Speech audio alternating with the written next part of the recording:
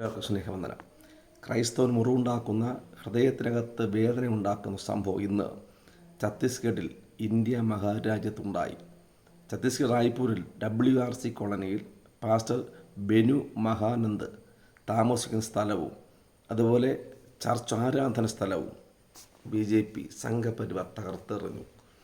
എനിക്ക് ചിരിയും വേദനയും വരുന്നത് ഇത്ര അവഗണിപ്പിക്കപ്പെട്ട ഒരു ഭരണകൂടമാണ് ഛത്തീസ്ഗഡിലെന്ന ഈ പാസ്റ്റർ താമസിച്ച സ്ഥലം ആക്രമിക്കുമ്പോൾ, സഭ ഇടിച്ചു തകർക്കുമ്പോൾ, കാക്കിയിട്ട നരാധന്മാർ, കാക്കിയിട്ട പോലീസ് എന്ന് അവകാശപ്പെടുന്ന നരഭോജികൾ, നരസ്നേഹിയില്ലാത്ത, മനുഷ്യസ്നേഹിയില്ലാത്ത നരഭോജികൾ ഇവന്മാർ ചെയ്യുന്ന കാടത്വം നോക്കിക്കൊണ്ട് നിൽക്കുകയാണ്.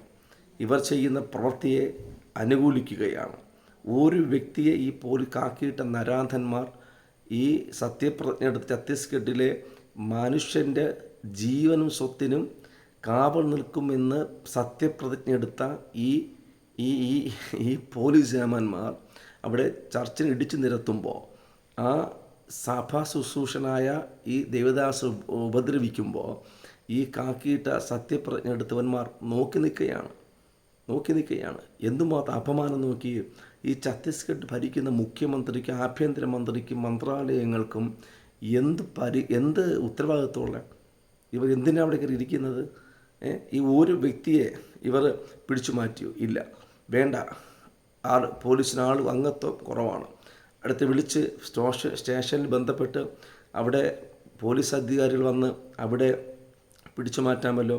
അപ്പോൾ നിത്യമായും ഇവരുടെ ഭരണകൂടത്തിൻ്റെ ഭയങ്കര പിന്തുണ ഛത്തീസ്ഗഡിൽ സുവിശേഷ വേലയ്ക്കെതിരെ, ക്രൈസ്തവർക്കെതിരെ, ദൈവത്തെ ആരാധിക സഭയ്ക്കെതിരെ ഉണ്ട്. നാളെ ആ സ്ഥലത്ത് നാളെ ഞായറാഴ്ചയാണ്. നാളെ രാവിലെ ഈ ദേവദാസനും കുടുംബവും ആ കൊടുക്കപ്പെട്ട വിശ്വാസികളും ചേർന്ന് ഈ പൊളിക്കപ്പെട്ട സഭയിൽ വന്ന് ആരാധിക്കേണ്ടവരാണ്. അവിടെ ദൈവത്തെ മഹത്വപ്പെടുത്തേണ്ടവരാണ്, സ്തോത്രം ചെയ്യേണ്ടവരാണ്, സ്തുതിക്കേണ്ടവരാണ്. അതിന് അജണ്ട ഉണ്ടാക്കി നാളെ ഈ ആരാധന നടക്കരുത് എന്നുള്ള പ്രത്യേകമായ തീരുമാനത്തിലാണ് ഇന്നവർ 5 മണിക്ക് ശേഷം ആ ആരാധനാലയം പൊളിച്ചു കളയുകയും ദേവദാസനെയും വിശ്വാസിയുടെയും കുടുംബത്തെയും പുറത്താക്കുകയും അടിച്ചമർത്തപ്പെടുകയും ചെയ്തത്. അവർ താമസിക്കുന്ന സ്ഥലമാണ്. ഇവിടെ നാഴികയ്ക്ക് വിളിച്ചു പറയുമല്ലോ മതേതരത്വം എന്ന്. ഒരു മതേതരത്വമില്ലൊന്നുമില്ല ഇവിടെ. പാവപ്പെട്ടവൻ്റെ മേൽ കുതിര കയറുന്ന, കാടത്വമുള്ള, മനസാക്ഷി മരവിച്ച, മനുഷ്യത്വമില്ലാത്ത ഒരു ഭരണകൂടമാണ് ഛത്തീസ്ഗഡ് എന്ന് പറഞ്ഞാൽ എത്ര വിശ്വസിക്കാൻ പറ്റും? ഇത് ഇത്രയും വാർത്ത വന്നു. ഞാൻ ഈ വീഡിയോക്കകത്ത് കാണിക്കാം, വിഷയത്തെ സംഭവം കാണിക്കാം. പോലീസ് അമ്മമാർ അങ്ങോട്ടും ഇങ്ങോട്ടും സപ്പോർട്ട് ബാക്കി നടക്കുക എന്ന് പറഞ്ഞാൽ ഇവർ പൊളിക്കുമ്പോൾ ഇവർക്ക് കാവലായി നിൽക്കും പോലെയാണ്.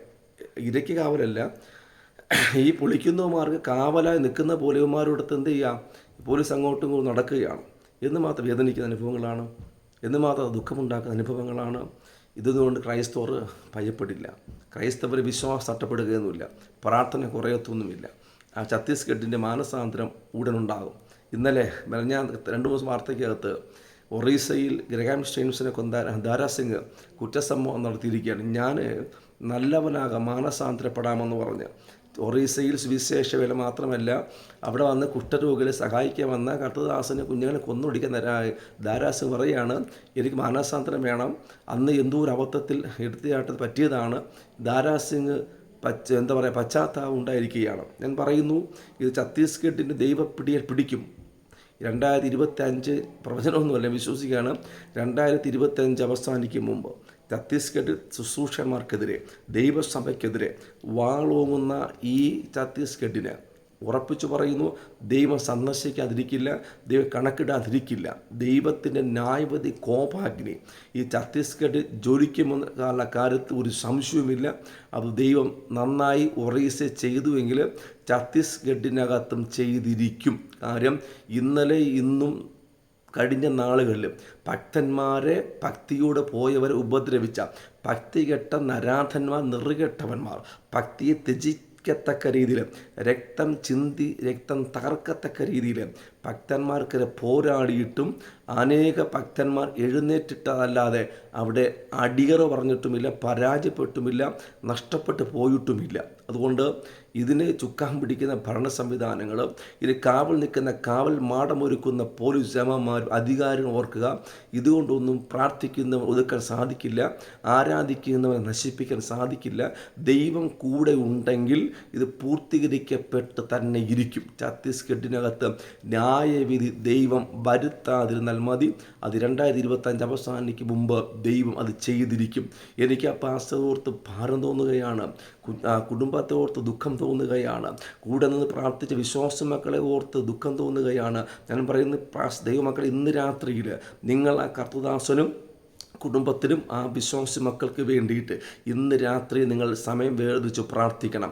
മനസ്സുടഞ്ഞ, ഹൃദയം തകർന്ന, വേദനിക്കപ്പെട്ട, അവർ താമസിച്ച സ്ഥലവും ആരാധനാലയത്തെ ഇടിച്ച് തകർക്കുന്ന ആ സംഭവം ഒരു ഭവനത്തിൽ ഒരു വ്യക്തിക്കുമെന്നല്ല, കർത്തദാസനും ആർക്കും അത് സഹിക്കുവാനും കഴിയില്ല. ഇന്നലെ രാത്രി അന്തിയുറങ്ങിയ ഭവനമാണ് ഇടിച്ച് തകർക്കപ്പെട്ടത്.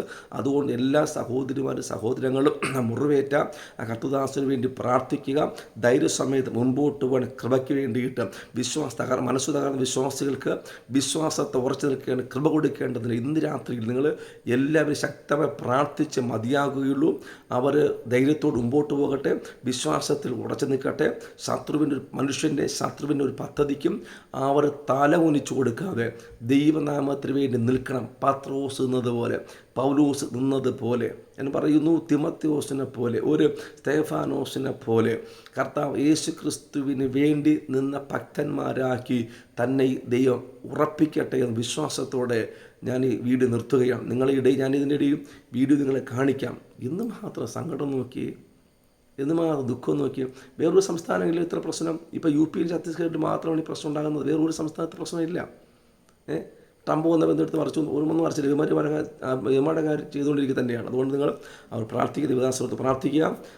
ഇന്ന് രാത്രിയിലാണ് വീഡിയോ ഇടുന്നത്. നിങ്ങൾ അവരടുത്ത് പ്രാർത്ഥിക്കുക. എനിക്ക് കണ്ടപ്പോൾ വീഡിയോ ഇടണം തോന്നിയിട്ടുണ്ട്. നിങ്ങൾ അവരടുത്ത് പ്രാർത്ഥിക്കണം.